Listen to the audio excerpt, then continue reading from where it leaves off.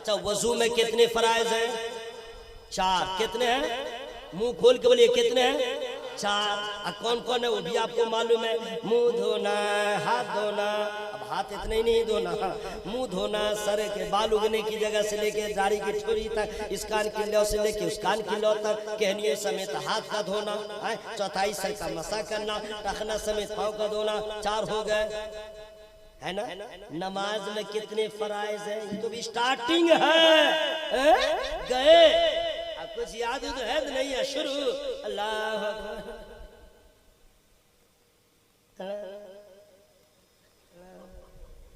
ये तो फर्ज नमाज में सिर्फ किरत नहीं कीजिएगा ना, और उसके बाद जो रुकू में पढ़िएगा ना भाई, पढ़िएगा ना। क्या पढ़ते हैं? सुभान रब्बियल अजीम, सुभान रब्बियल अजीम, सुभान रब्बियल अजीम पढ़ते हैं। सुभान रब्बियल अजीम पढ़ते हैं ना, सुभान रब्बियल अजीम। अच्छा, और सजदा में जाते सुभान रब्बियल आला, सुभान रब्बियल आला, यही ना पढ़ते भाई। वाह क्या बात है।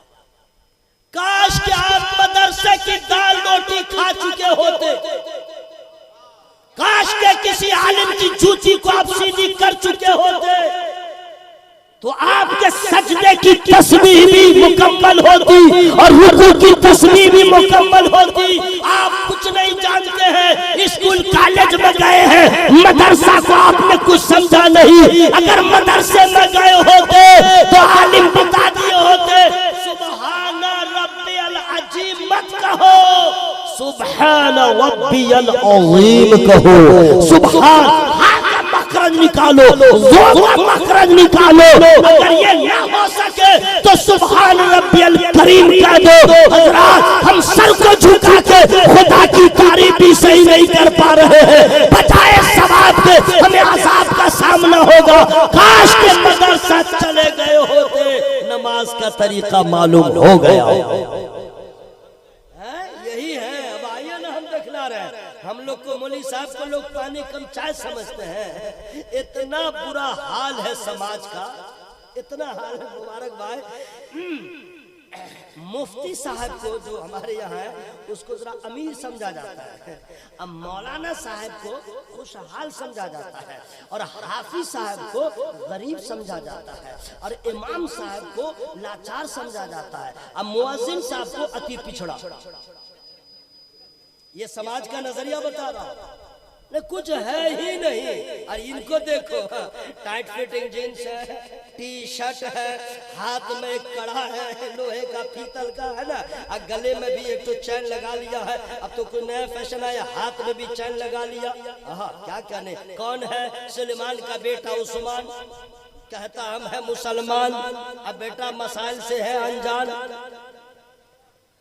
यह हमारे मजहब में नहीं है कि कोई मुसलमान लड़का और मर्द अपने हाथों में किसी तरह का धागा बांधे, चाहे अजमेर शरीफ ही का धागा क्यों न हो। मुसलमान नहीं बांधे, नहीं बांधे, न कड़ा पहने, न गले में चैन पहने, न हाथ में पहने।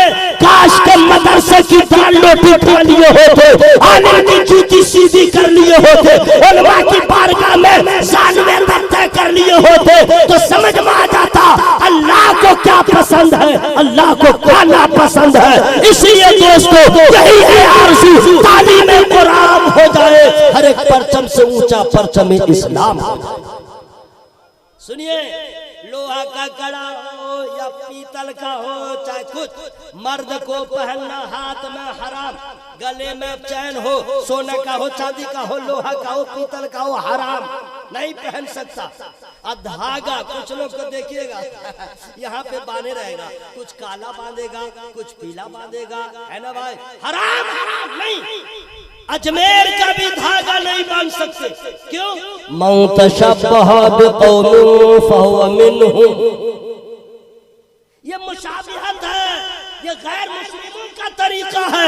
आपके मजहब में इसकी कोई हैसियत नहीं है। अजमेर की मोहब्बत धागा बांध के मत देख रहा हो, अजमेर वालों की मोहब्बत अपने दिल में बसाओ और ख्वाजा गरीब नवाज के तरीके पे चलो, यही असल मोहब्बत है, धागा बांधना मोहब्बत नहीं।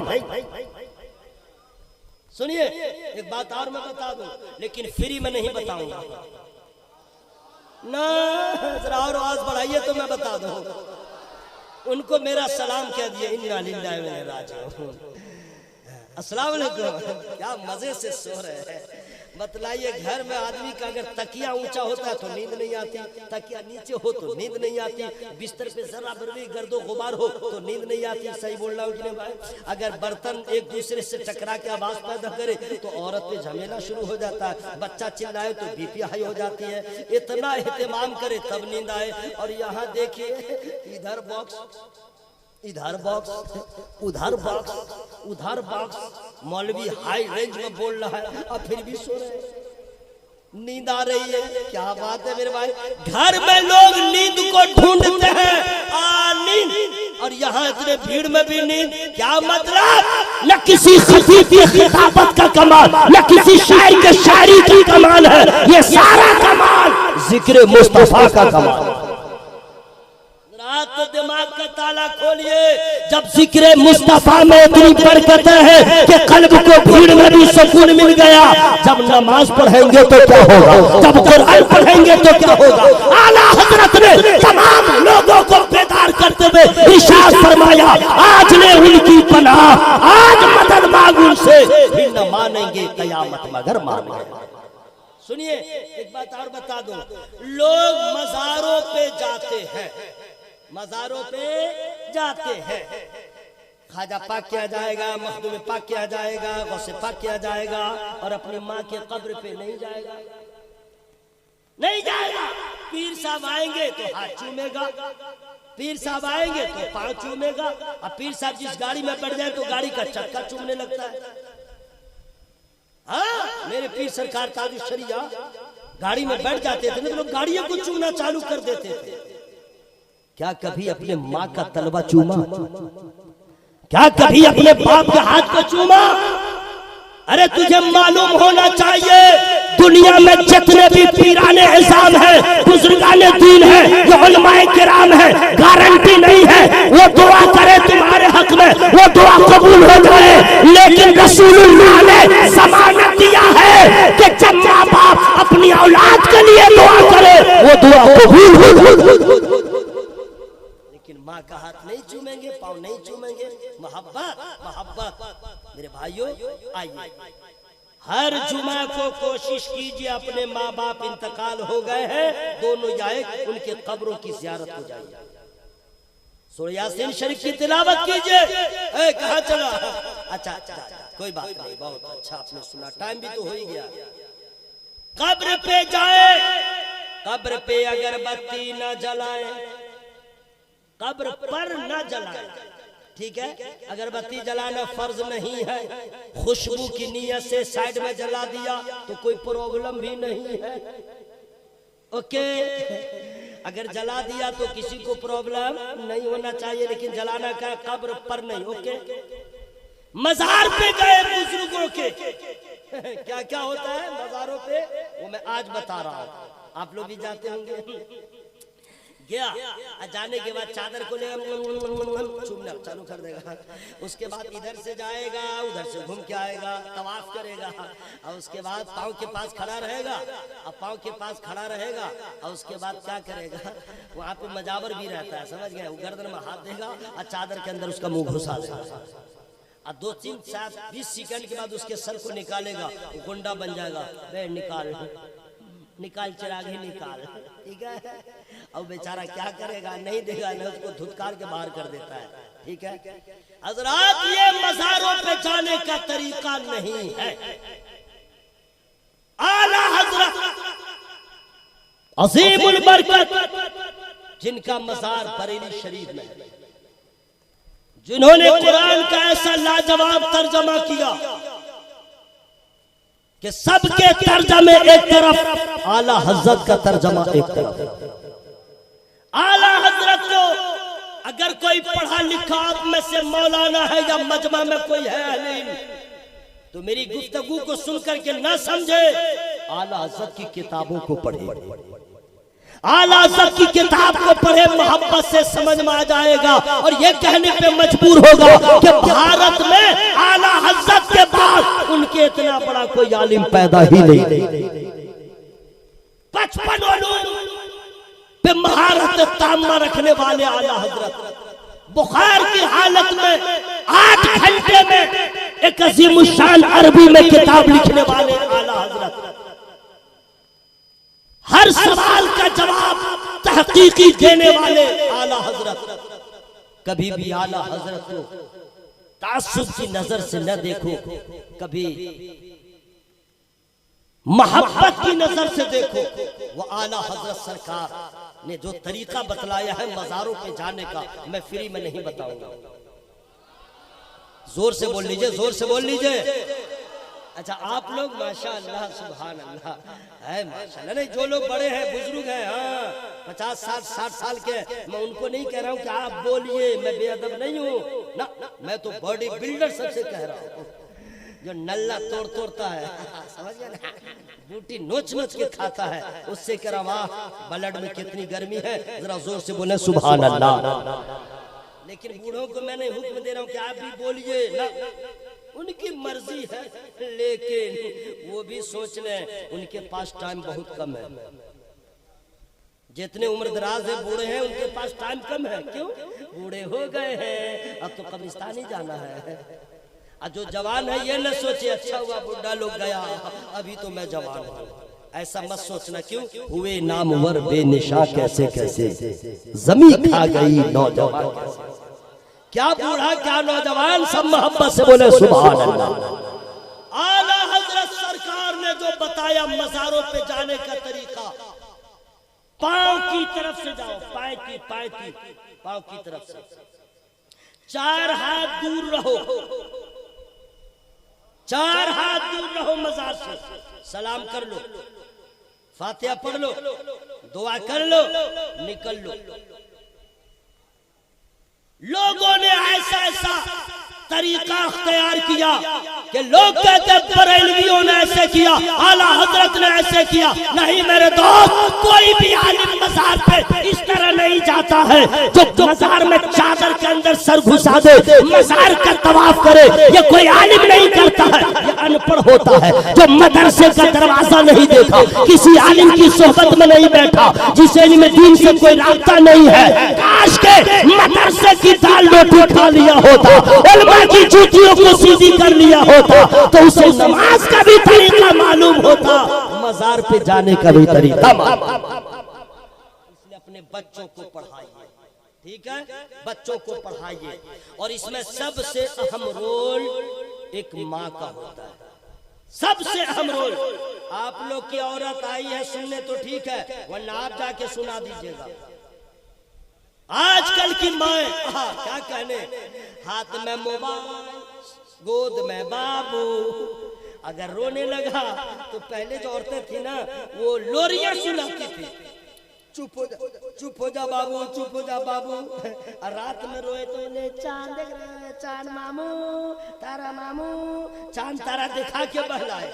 और आजकल की अम्मा क्या कहने, क्या लाइफ स्टाइल है, modern western culture, VIP style. आज अगर कोई मर्द अपनी बीवी को मोबाइल का जो छोटा बच्चा है जो आज के दौर में यतीम की तरह लगता है, जिसमें एंड्रॉइड नहीं है, टच स्क्रीन नहीं है, छोटा वाला नहीं है, वो दे दीजिए, उठा के फेंक देगी। इतने घटिया हमें क्या, फल्ला की बीवी इतना बड़ा मोबाइल रखती है, हम इतना बड़ा रखेंगे? नहीं चाहिए तो वही कौन, उंगली वाला, उंगली वाला, उंगली वाला। बच्चा रोया अब उसको क्या कहते जानते हैं, चुप हो जा, चुप हो जा, ले बाबू देखो देखो देखो मोटू पतलू। इसमें हंसने की क्या बात है? अब बच्चा क्या जानेंगे, वो तो एक से कार्टून बना ही रहता है, आवाज निकालता है। अब बच्चा इतना उसमें मुनहमिक हो जाता है, वो खाना पीना भी भूल जाता है।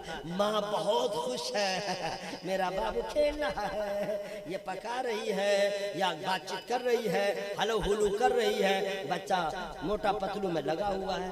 याद रख लो, जिन माओ ने अपने बच्चों की परवरिश मोबाइल के छत्र छाया में कर दिया है, उन बच्चों से वफा की उम्मीद मत रखना कि तेरा जनाजा भी सही से पढ़ दे।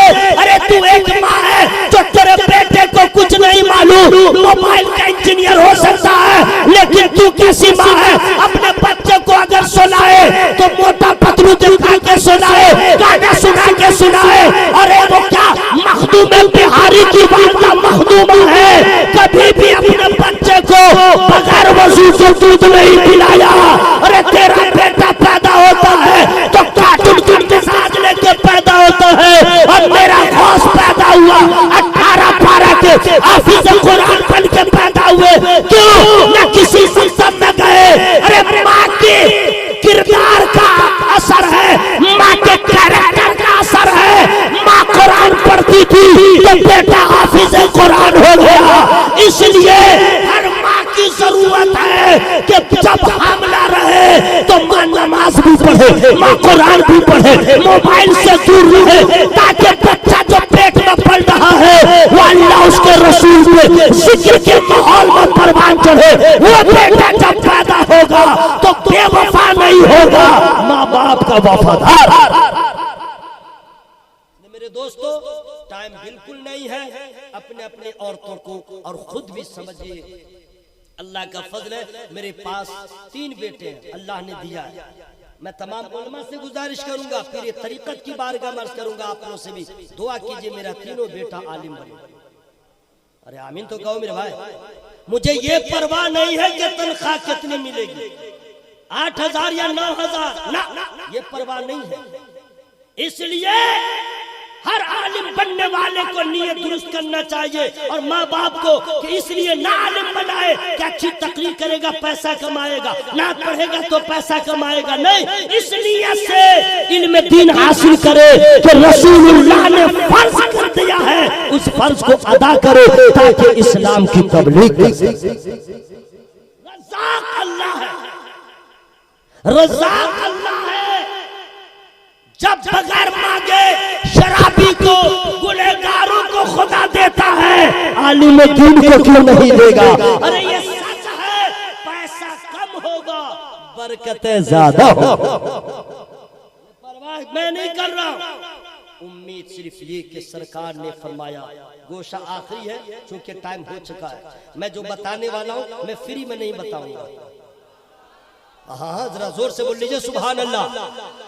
या अल्लाह, जिन लोगों ने सुभान अल्लाह कहा सबों को मदीने का राही बना दिया, सबों को या अल्लाह मदीना दिखा दे। सुभान अल्लाह। मुखिया जी हो, अल्लामा मुफ्ती मुख्तार साहब हो, और जितने रुफ़का हैं मैं मुबारकबाद पेश करता हूँ।